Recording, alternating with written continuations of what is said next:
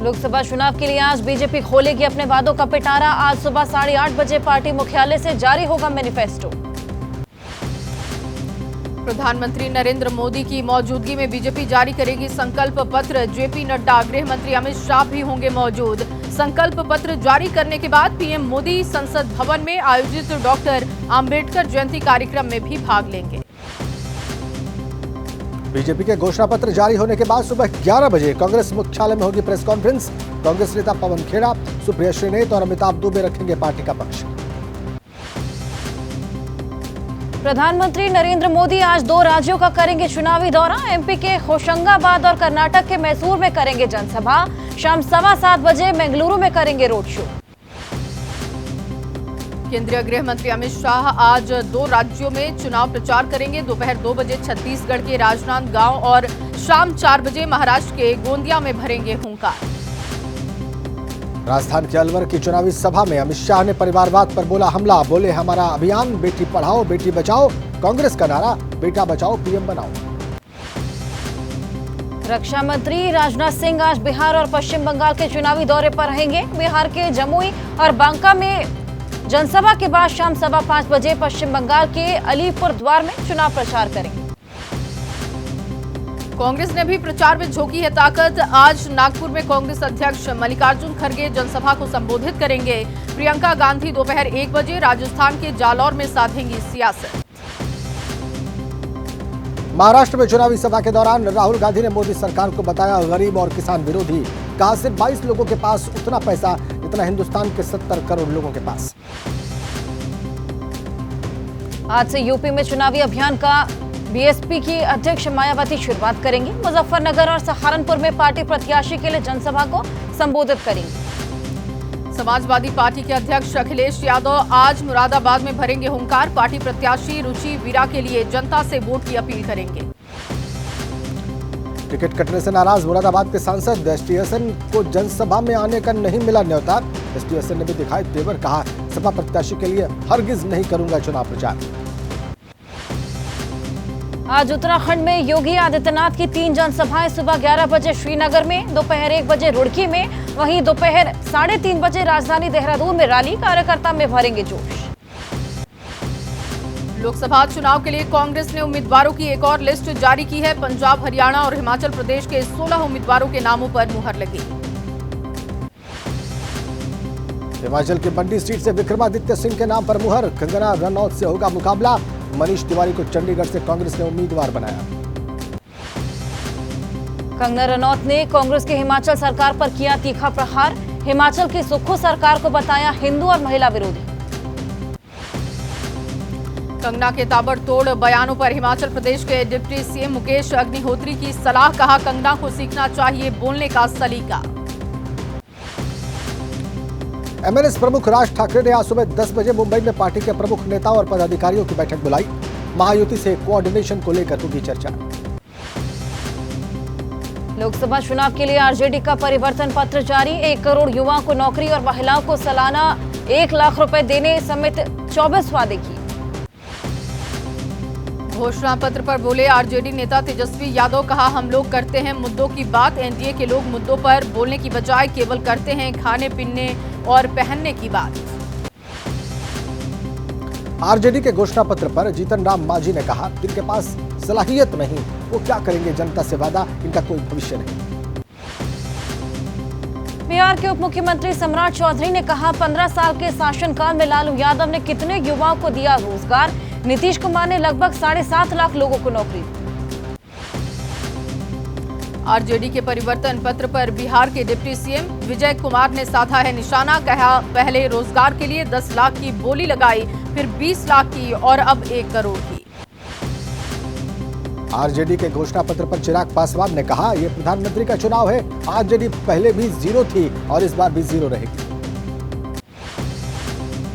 लोकसभा चुनाव से ठीक पहले आरजेडी को झटका। आरजेडी के पूर्व राज्यसभा सांसद अशफाक करीम जेडीयू में हुए शामिल। अशफाक करीम के आरजेडी छोड़ने पर तेजस्वी यादव ने प्रतिक्रिया दी। कहा नहीं पड़ता कोई फर्क, चुनावी मौसम में आना जाना लगा रहता है। भोजपुरी अभिनेता पवन सिंह बिहार के काराकाट सीट से निर्दलीय लड़ेंगे चुनाव। एक्स पर पोस्ट कर दी जानकारी, लिखा जल्दी ही अपने काराकाट के परिवार से मिलेंगे। नामांकन से पहले गया विष्णुपद मंदिर में जीतन राम मांझी ने पूजा अर्चना की। कहा, हमने कभी नहीं किया सनातन धर्म का विरोध, विकृतियां फैलाने वालों का कभी कभी करते हैं विरोध।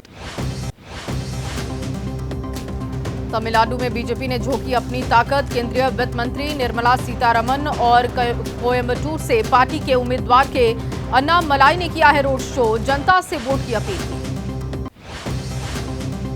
आंध्र प्रदेश के मुख्यमंत्री जगन मोहन रेड्डी पर हमला। बस से चुनाव प्रचार के लिए निकले थे, पथराव में सिर पर चोट लगी। वाईएसआर कांग्रेस ने टीडीपी पर लगाया हमले का आरोप। मुंबई कांग्रेस अध्यक्ष वर्जा गायकवाड़, विधायक अमीन पटेल और असलम शेख ने खरगे और केसी वेणुगोपाल से मुलाकात की। मुंबई में 6 लोकसभा सीटों में कांग्रेस को 2 सीट मिलने से पार्टी नेता नाराज हैं।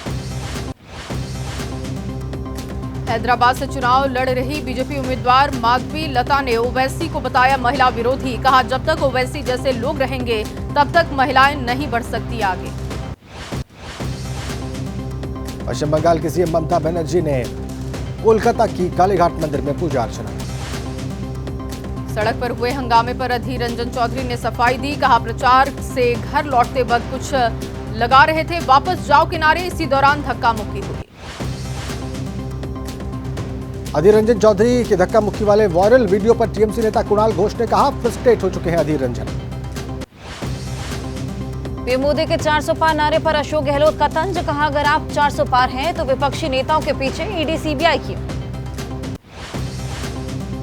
कमलनाथ के गढ़ छिंदवाड़ा में अनुराग ठाकुर ने हुंकार भरी। कहा, जनता को तय करना है, मोदी जी के विकसित वाली बीजेपी चाहिए या मौज मस्ती वाली कांग्रेस।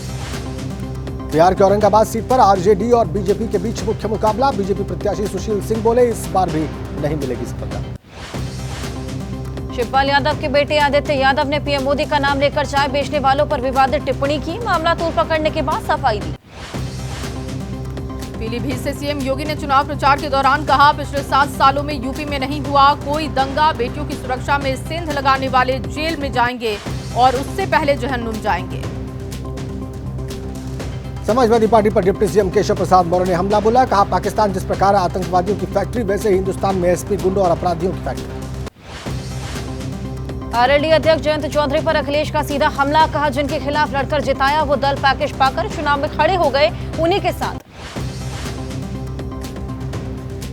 रामपुर में आईएमसी के चीफ तौकीर रजा ने निर्दलीय प्रत्याशी महमूद प्राचा के लिए चुनाव प्रचार किया। अखिलेश पर साधा निशाना। उत्तराखंड के रुड़की से कांग्रेस महासचिव प्रियंका गांधी ने मोदी सरकार पर हमला बोला। कहा, पिछले 45 सालों में सबसे ज्यादा बेरोजगारी। रायबरेली से सोनिया गांधी के चुनाव नहीं लड़ने पर शिवराज सिंह चौहान ने कसा तंज। कहा, पार्टी के सबसे बड़े नेता ही छोड़कर भाग रहे मैदान। राजस्थान के जैसलमेर पर चढ़ा चुनावी रंग। केंद्रीय मंत्री गजेंद्र सिंह शेखावत ने हाथी पर चढ़कर जनता का अभिवादन स्वीकार किया। बस्तर में राहुल गांधी के दौरे के ठीक बाद कांग्रेस को लगा झटका। ग्रामीण जिलाध्यक्ष बलराम मौर्य ने पद और पार्टी के प्राथमिक सदस्यता से इस्तीफा दिया। यूपी के गोंडा में बीजेपी सांसद बृजभूषण सिंह के खिलाफ केस दर्ज। आचार संहिता के उल्लंघन का आरोप। आम आदमी पार्टी आज देश भर में मनाएगी संविधान बचाओ तानाशाही हटाओ दिवस। भीमराव अंबेडकर की जयंती पर देश भर में होगा कार्यक्रम का आयोजन। दिल्ली में बिजली, पानी, बस किराए पर जारी रहेगी सब्सिडी। दिल्ली के उपराज्यपाल वीके सक्सेना का बयान। कहा, अफवाहों पर ध्यान देने की जरूरत है। दिल्ली सरकार में मंत्री गोपाल राय का बयान। कहा, हमेशा दिल्ली के लोगों की भलाई के बारे में सोचते हैं केजरीवाल। बीजेपी पर लगाया केजरीवाल के विकास कामों में रोड़े अटकाने का आरोप। आप सांसद संजय सिंह से वृंदा करात की मुलाकात को लेकर संजय सिंह ने अपने सोशल मीडिया अकाउंट पर लिखा, राजनीतिक दुर्भावना से हो रही है ईडी की कार्रवाई के खिलाफ विपक्ष के सभी साथी एकजुट हैं। बैसाखी के मौके पर दिल्ली के रकाबगंज साहिब गुरुद्वारा पहुंचे राहुल गांधी। राहुल गांधी ने गुरुद्वारा रकाबगंज में टेका मत्था। लखनऊ में ठगी के आरोप में 2 गिरफ्तार। सीएम पीडब्ल्यूडी मंत्री, ऊर्जा मंत्री का निजी सचिव बनकर करते थे ठगी। अधिकारियों से कॉल स्पूफिंग के जरिए बात करते थे आरोपी। कॉल करने पर दिखाई नहीं देता है कॉल करने वाले का नंबर। बिहार के मोतिहारी में अंतर्राष्ट्रीय साइबर ठग गिरफ्तार। लोगों के बैंक अकाउंट से धोखाधड़ी कर निकाल चुके हैं करोड़ों। गोरखपुर में पुलिस ने फर्जी दारोगा को गिरफ्तार किया। रौब जमाने के लिए गाड़ी के डैशबोर्ड पर रखता था पुलिस की टोपी। दिल्ली के अमन विहार इलाके में लूटपाट के इरादे से हुई हत्या में खुलासा। पुलिस ने युवक की हत्या के मामले में 2 आरोपियों को गिरफ्तार किया। यूपी के उन्नाव में गंगा में नहाने के दौरान हादसा। नदी में डूबने से 2 सगे भाई बहन समेत 4 बच्चों की मौत। मध्य प्रदेश के रीवा में बोरवेल में गिरे बच्चे को बाहर निकालने की मुहिम जारी है। घटनास्थल पर पहुंचे डिप्टी सीएम राजेंद्र शुक्ला। मुंबई में पेंशन विभाग के कार्यालय में आग लगी। ऑफिस की 4वीं और 5वीं मंजिल में लगी आग। आजमगढ़ के मंदुरी एयरपोर्ट पर हादसा। शॉर्ट सर्किट की वजह से एटीसी सर्वर रूम में लगी आग। 3 फायर ब्रिगेड की गाड़ियों ने करीब 1 घंटे बाद आग पर काबू पाया। कश्मीर के कारीगरों ने किया कमाल। 8 साल की मैराथन बुनाई के बाद 275 वर्ग मीटर लंबी कालीन को तैयार किया है। दिल्ली एनसीआर के कई हिस्सों में शनिवार को मौसम बदला। बूंदाबांदी होने से मिली गर्मी से राहत। मौसम विभाग ने पूरे ओडिशा में जारी की लू चलने की आशंका। गर्मी बढ़ने को लेकर येलो अलर्ट जारी किया गया। आईपीएल में आज खेले जाएंगे 2 मुकाबले। दोपहर 3:30 बजे ईडन गार्डन में कोलकाता और लखनऊ सुपर जायंट्स की टक्कर होने वाली है। आईपीएल का दूसरा मैच मुंबई इंडियंस और चेन्नई सुपर किंग्स के बीच होगा। शाम 7:30 बजे मैच मुंबई में खेला जाएगा। राजस्थान रॉयल्स ने पंजाब किंग्स को रोमांचक मैच में 3 विकेट से हराया। 148 रन का लक्ष्य राजस्थान ने गेंद पहले हासिल किया। राजस्थान को आखिरी ओवर में चाहिए थे 10 रन। अर्शदीप सिंह ने पहली 2 गेंद डॉट डाली, लेकिन उसके बाद हेटमायर ने तीसरी गेंद पर छक्का, चौथी गेंद पर 2 रन और 5वीं गेंद पर छक्का मारकर मैच खत्म किया। यशस्वी जायसवाल ने राजस्थान के लिए सदी हुई शुरुआत की। उन्होंने 39 रन बनाए, लेकिन बीच के ओवर्स में राजस्थान के बल्लेबाज जल्दी आउट हो गए। पंजाब की टीम भले ही मैच हार गई, लेकिन कगिसो रबाडा और सैम करन ने शानदार गेंदबाजी की। पंजाब ने पहले बैटिंग करते हुए बनाए थे 147 रन। पंजाब की शुरुआत रही खराब। पंजाब के आशुतोष शर्मा ने आखिरी ओवरों में तेज पारी खेली। राजस्थान के खिलाफ उन्होंने 6 गेंदों पर 31 रन बनाए। राजस्थान के केशव महाराज और आवेश खान ने 2-2 विकेट लिए। ट्रेंट बोल्ट, युजवेंद्र चहल और कुलदीप सेन को 1-1 विकेट मिला।